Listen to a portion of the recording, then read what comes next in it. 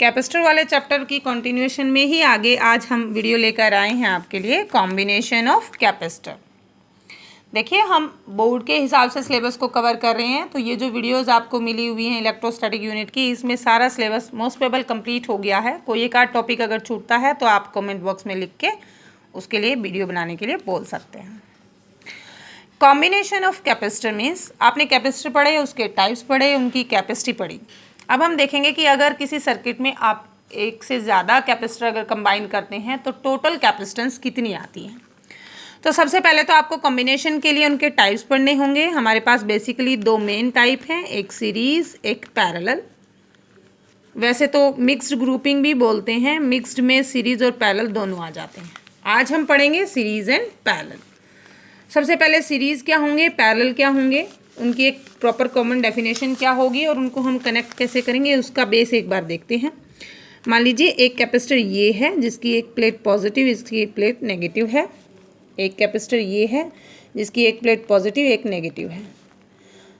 मान लीजिए किसी बैटरी से हमने इसको ऐसे कनेक्ट कर रखा है, पॉजिटिव से कनेक्ट किया तो पॉजिटिव और नेगेटिव से कनेक्ट किया तो नेगेटिव। की टैप करा तो ये पॉजिटिव नेगेटिव ऑटोमेटिकली।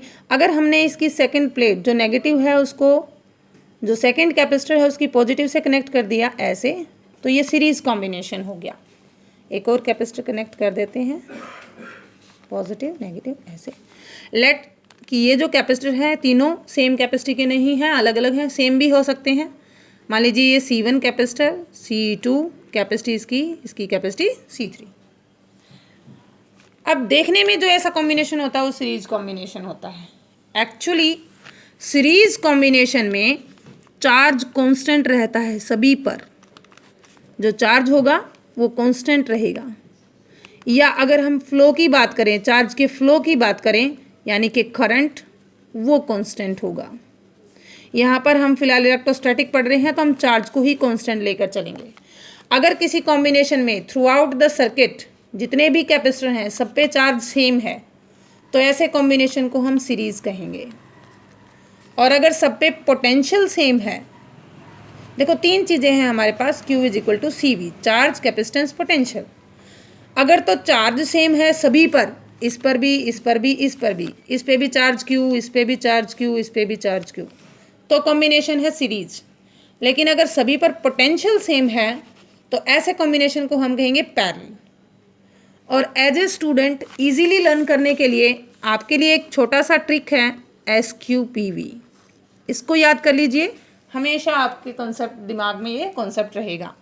SQPV क्या बोलता है, सीरीज में चार्ज कांस्टेंट, पैरेलल में पोटेंशियल कांस्टेंट। क्लियर? ओके।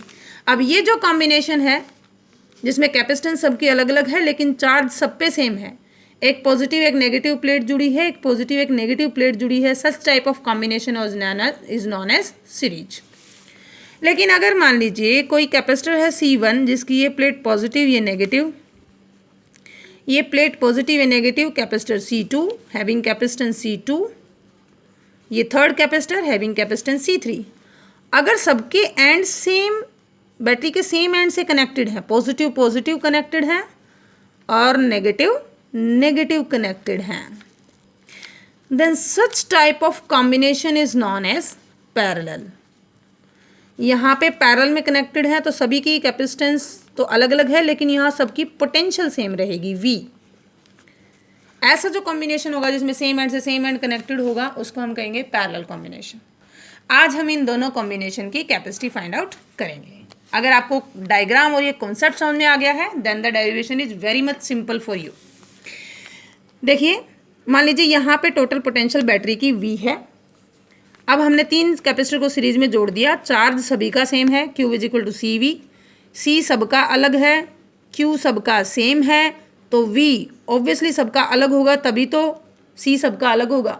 लेकिन अगर V भी सेम हो Q भी सेम हो तो C भी सबकी सेम ही आएगी, है ना।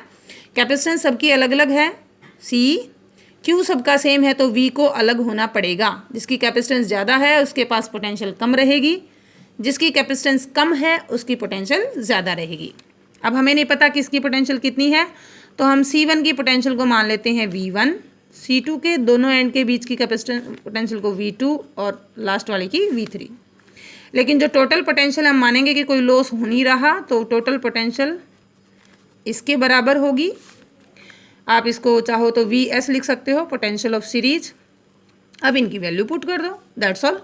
अब VS कितना है, QC को हम टोटल इस पूरे कॉम्बिनेशन को अगर हम कहें कि ये पूरा एक कैपेसिटर है तो हम इसको CS कह देते हैं, कैपेसिटेंस ऑफ सीरीज। तो V की वैल्यू देखो यहाँ से कितनी आ जाएगी, Q/C। तो VS की वैल्यू क्या आ जाएगी, Q/CS, Q/C1, देखो Q/C1, Q/C2 and this one is, शाबाश। Q को कॉमन लेके उड़ा दीजिए, क्या बचा, 1/CS is equal to 1/C1 plus 1/C2 plus 1/C3। अब यहाँ से आपको देखने में लग क्या रहा है, सभी कैपेसिटर उल्टे होके जुड़े हैं तो ओवरऑल वैल्यू कम आएगी। यानी कि आपके पास ज़्यादा कैपेसिटेंस के कैपेसिटर हैं, आपको सीरीज़ में उनको कनेक्ट करना है, तो आपके पास ओवरऑल जो वैल्यू आएगी कैपेसिटेंस की वो कम आएगी, लो आएगी। तो सीरीज कॉम्बिनेशन में कैपेसिटेंस डिक्रीज होती है, घटती है। ओके, अब क्यों घटती है इसका कॉन्सेप्चुअल आप पढ़ेंगे और मुझे बताएंगे, नहीं तो नेक्स्ट वीडियो में I will explain it. Parallel combination की भी अगर बात करें तो यहाँ पर पोटेंशियल V है, तो देखिए V सबकी सेम है, चार्ज डिवाइज हो जाएगा Q1, Q2, Q3, but the total charge is same, that is Q1 plus Q2 plus Q3। Put down the value of Q using this formula. आप इसको QP लिख सकते हैं, charge of parallel combination. It is CPV, capacitance of parallel. मान लीजिए इस पूरे capacitor को मैं एक मान लूँ, कॉम्बिनेशन है तो एक मान लिया। इट इज़ C1V, पोटेंशियल सबकी सेम है, C2V, C3V। V को कॉमन लेके उड़ा दो, क्या बच गया, CP is equal to C1 plus C2 plus C3। यहाँ से आपने क्या देखा, कैपेसिटर जुड़ रहे हैं तो ऑब्वियसली टोटल जो कैपेसिटेंस है वो बढ़ रही है, इंक्रीज हो रही है।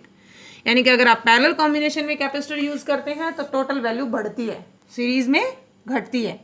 ये तो हो गया मैथमेटिकल कंसेप्ट से आपने बताया कि इसमें घट गई, इसमें बढ़ गई।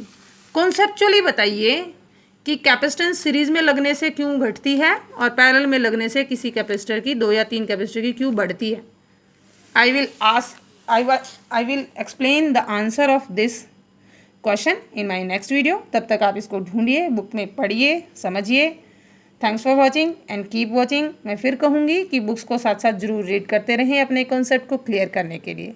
Thank you.